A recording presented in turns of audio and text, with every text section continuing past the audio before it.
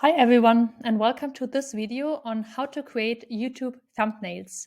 So this is a video I'm doing because someone commented on one of my videos and asked me to share some insights into how I create my YouTube thumbnails. And so that's the reason why I do this video. So let's get started. So what you see here is my YouTube channel, and you see those YouTube thumbnails that I create. And you see some ranges of YouTube videos, or let's say thumbnails that I use. So the last three that I used, they're completely made by ChatGPT, and I will share with you how I did them. Then this one here of how to build a website with WordPress is also made with ChatGPT, but I adapted it with Canva. So basically, I used a Canva layer and I adapted and added those icons and those logos that you see here. So I will also share with you how I did these. These ones here, how to build an AI SaaS app, they're all generated with ChatGPT. And then the ones that you see here where you only see my face and then some information and some content here, these are exclusively built with Canva. And finally, for this video, I had to do this a second time. So this is the second time that I create this video for you. And the reason is that the first time that I did this, I wanted to share with you live how I did this in Loom and how I create my YouTube thumbnails with Loom. But then the problem basically was that while I was recording in Loom and at the same time creating a video with Loom, the whole video breaks. And for that reason, I created and designed something for this video here so that I can still share with you more or less how I do this. So let's go into the details of how I create my thumbnails.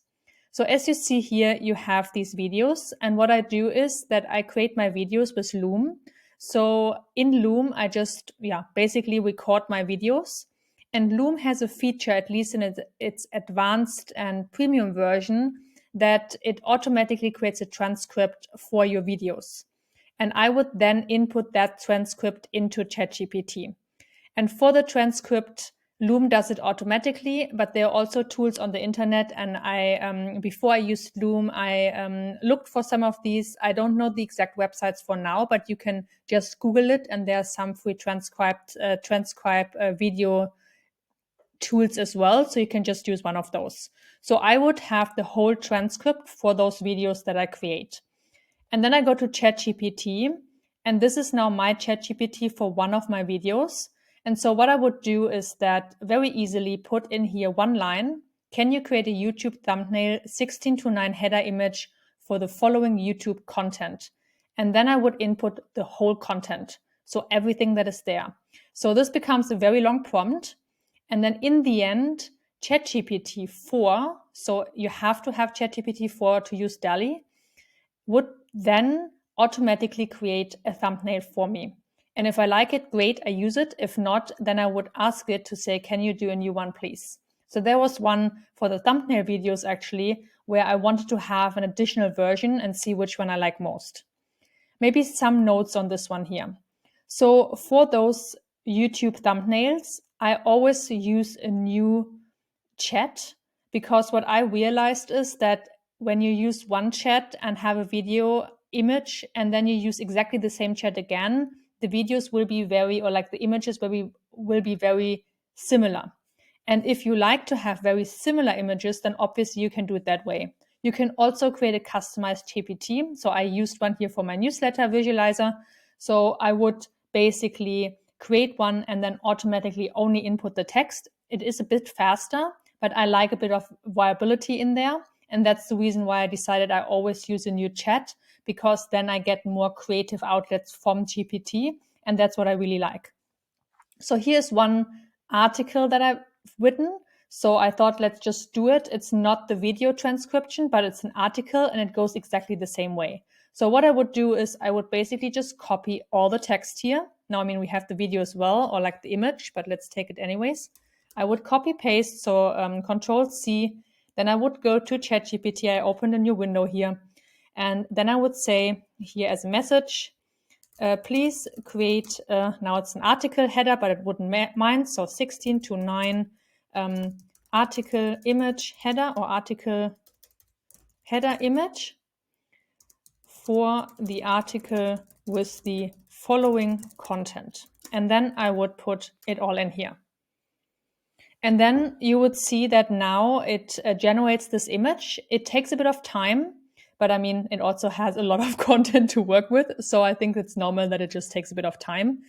And okay, this is something else. So I was unable to generate images based on your request due to our content policy. So that's a very interesting thing. And I think it's funny and nice that it actually happens directly within us talking and doing this video, because sometimes you have that. And I have no clue why it is that case, why it detects specific content. There is like nothing weird in this article. You can read it if you want to. So we can just try another one and see what happens. But normally this is not something that should happen. I don't exactly know what happened this. So let's quickly go here again and let's just choose maybe not this one with the word of bullshit. So choose another one. Let's take this one. Let's take out the image and let's just start with this one here. So making sure that we are not hitting anything. So let's do it again and see what happens. So let's do a new chat just to make sure. And let's say, okay, please create a 16:9 article header, let's say header image for the following article content. And then let's do it again. So now let's see if this works. So I mean, it worked beforehand for that article, and it's basically just about how we structure our day. So there shouldn't be anything weird in it. But you sometimes see that ChatGPT is doing that. And it also sometimes happens that it doesn't say, it's not necessarily saying, okay, we have a trust issue here or some content is not right. But what it also sometimes does is that it basically is not able to generate anything. And then you would just have to redo this. But this sometimes happens. I don't know why. So now you see what ChatGPT generated, and it basically says, here's the 16:9 article header image created for the topic, why do we want to reduce regret? This image visually represents the theme of transitioning from regret towards growth and learning. So I think this is actually a really nice image. It's almost better than the one that I used. And so you see that it can generate very beautiful images out of just the text that you input. What I realized is now these are, like more personal development images based on articles around personal development articles. So these images are obviously a bit different than the images that you saw beforehand. So if we look at the thumbnail YouTube that I generated beforehand, so we have this here, you see that it's a very different style. And the reason obviously is that these styles more portray the modern style and images and topics that I talk about in my YouTube videos compared to those articles that are more about personal development. So keep this in mind that ChatGPT also adapts those images based on the content that you create. But at the same time, I think it's beautiful because they come up with so many different ideas and you can always ask to basically present a new one, that you get a lot of different opportunities here. So when you have your images, the problem is with automatically uploading them to YouTube that you can't do this normally because they're too big. If you do this and try this to upload them on YouTube, you get an error message saying that the file is too large. So what I would do is that I would basically download this image here, and then it would pop up here my downloads, and then I would move them automatically to a specific folder where I have all of those images for my videos. And then what I would do is I would go to Canva. And within Canva, so this is my Canva. So Canva is a design tool and I use it a lot for all of my videos, but also for all the content that I create that is not a video. So for presentations, for even sometimes websites when I work with clients and help them to create some ideas of how they can create their websites, but mainly for presentations, for whatever content comes to your mind, or ebooks, for example. So here I do also my thumbnails. So what I would do is that here I have my F. Falke Lab YouTube thumbnails, or F. Falke YouTube thumbnails. You can name it whatever you want. And then I would duplicate my site. So you see here are all my thumbnails. And I would delete this image. And then what I would do is I would here click on upload. And then I would upload one of my files. I just realized this is in German. So I'm in Germany at the moment, and I am German. So you would just use here the purple button, click on uploading your files, and then you can choose, for example, this one on the thumbnails that I already uploaded for you before that video. And now we have that. And now I would name it. So you can see I name them just for myself to recognize them. Also when I then share them to my folder and find them again. So I would always do the year, then the month, and then the day. And then I put YT for YouTube. That's just for me to have this naming. So just to keep it a bit more consistent. And then I would just share it here. This is now page 7. So I would say download. And I would choose here the page 7. And then ready, and then I would download this whole image, and then I automatically have this image. And if I upload this image to my YouTube channel and also to my YouTube video and connect it, then this will be possible. So what you saw on my YouTube video channel, if we quickly go back, and as I said in the beginning of the video, I not only do those classical only ChatGPT images and thumbnail images for my YouTube videos, but I also do some additional ones where I use Canva and do a bit of design work behind this. So as I said, with this build your website with WordPress, breakdance, Canvas, and ChatGPT, but also for those where I use my image. So let's get started into one of these as well. So we go back to Canva, and you can see, for example, let's say this one here, I designed this with Canvas, so we can quickly move this around. You can see that these are basically logos that I got from the internet. And then this image behind here, this one that I move around. So this is a ChatGPT image. Then I put a layer above it here. I made this layer a bit on, let's say, yeah, it's basically this color, but it has a bit of here, as you see, this transparency. So I put some transparency in this one, and then I adapted those logos and I put this in here as well. So now let's do one more where you see myself in this YouTube thumbnail. So I would create a new page, and I already uploaded myself here as an image. So I would put myself here as an image. I'm currently in a way that I have a background here. You don't see this because it's all white. So what I would do if I have an image of myself or whatever you want to put there, and there is a background, then I would basically highlight myself. I would go to work on my image or my picture. So this is German, but this is what you have to tick. And then there's something that's called background, basically eradicate the background. And I would click on it. And then it would automatically create and basically removes my background. So this is great. Then I'm done. And then I would put myself, for example, a bit more and make it a bit higher, maybe a bit more on the side, maybe like that. And then what we could do is that we could put a background here. So let's see. Good question, which one we take. Maybe we just take this one for clarity. So this is an image that I created beforehand. So what I would do, I would position this one and move this here below that. Okay, this looks interesting. Maybe we change later. I show you another version of how you can also input an image here. Maybe one note for myself as a person. So this one is just me directly straight looking into the camera. And I created this image basically by using a camera on my own laptop. So this is a very easy way. And then I also made some adaptations about this image. What I did for some videos, and let's quickly go back to YouTube. So you see here that some of those video thumbnails that I did, for example, need a presentation quick, or also this one below with a durable, how to create a website in 3 clicks. I used my finger to pinpoint to the logo of the tool that I was introducing. So this is something you can do just for fun, just to make it a bit more interesting or maybe a bit more engaging. And I kind of like that. So sometimes I did that, but not all of the times and not for all of my videos. So this is something you can take into account or just try for yourself if you want to. So now I have myself here in my video. I have a background image, and now I want to add some elements. So I can just click here on elements, and then I choose, for example, this one, and I just say now like this. So I like this. The color is really off, right? I mean, we can take it, but we can also choose a different one. So what is nice is that Canva, if we go here to the color, it already gives you the colors of the images. So it gives you the color of the background, and it gives you the color of myself in that image. So I now can say, maybe I choose a color that is a bit more aligned to the colors of myself or of the image. I mean, the image has a lot of colors, so you can also choose all of them.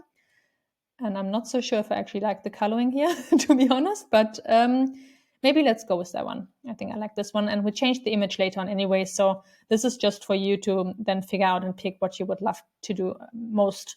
So we have this one, and now we can add a specific text. So sometimes I like to add text that is a bit more, let's say, interesting. So let's go with that one. This is huge. It's maybe a bit too huge, but we can just make it small. And we can say, for example, how to create a website in 3 clicks, as an example. And then we can make this a bit, we maybe have to make this a bit bigger. And then we have to, let's make this a bit bigger. That's like not so, it's not looking so great. So we have to figure this out. So we move this one now. Let's see if for 3 lines. No, I don't really like 3 lines. So, maybe we make this a tiny bit smaller here. I think this fits better. And what we can also do is, if we say, okay, this is really close to each other, we don't really like this, we can make this a tiny bit bigger here. I think this looks better because then you actually see what is written there. And this is just one idea, like, to be honest, I probably wouldn't use this kind of writing now because it doesn't really looks good on, like also the background, there's too much going on. But the idea is that you can just choose whatever you want to choose. So here you see all these different writings. And I mean, we could also just change this to a different writing or different style. And so, okay, this is not a good style. Let's take a different one. Yeah, let's go with that one just for the purpose of showing it to you. So you have a lot of options here to choose. You can also option to obviously change the color. So this is a color I normally don't use. So this is something you don't see. Okay, you know what? Let's just change it because I really don't like this. And we just take a normal one. Sorry for that. So we just take the text and we just take a very normal text. So you can just put this here text and you can say how to create a video in 3 clicks with the tool ABC. So probably I will find a tool that is doing this with 3 clicks, but at the moment I don't have one. So we can just make this a bit bigger and then we can make this 2 lines. So this looks way better. And then we can put the 3 on the next line. We can make this in the middle. So I think this is way better. And then we can give it a styling and more like a blue. And we can make this bold. And then we see that this is a bit too big. So we make this a bit like that. And now we see, okay, we have here our tool. And then what we can do as well, and what I like to do is to do a second one of those. I make them normally a bit smaller. I make this a bit like in that direction. So for example, like this. And then I would do a different color and we will choose a different color later on just for the purpose here, do it in red. And then we add additional text. So for example, this one, and you would say, learn how to do that with the following tools. And then we would say A, B, and C. So you can really just play around with the text. I mean, you saw my text. It always depends on the content that I want to create. And then I would put this text here. It's not exactly aligned. Or we can say learn how to do that as a total programming beginner, like this. You see now this is really not aligned, so I would just try to make this more aligned. I would make this a bit bigger. And then I would put this one along here. And then obviously you can also play around with the fonts and so on. So you see, color-wise, it's a catastrophe. I really don't like it. So we can also not use one of the ChatGPT images, but Canva also gives you all these elements here. And for example, I used for my previous video that didn't get uploaded another image. So let's just use that one.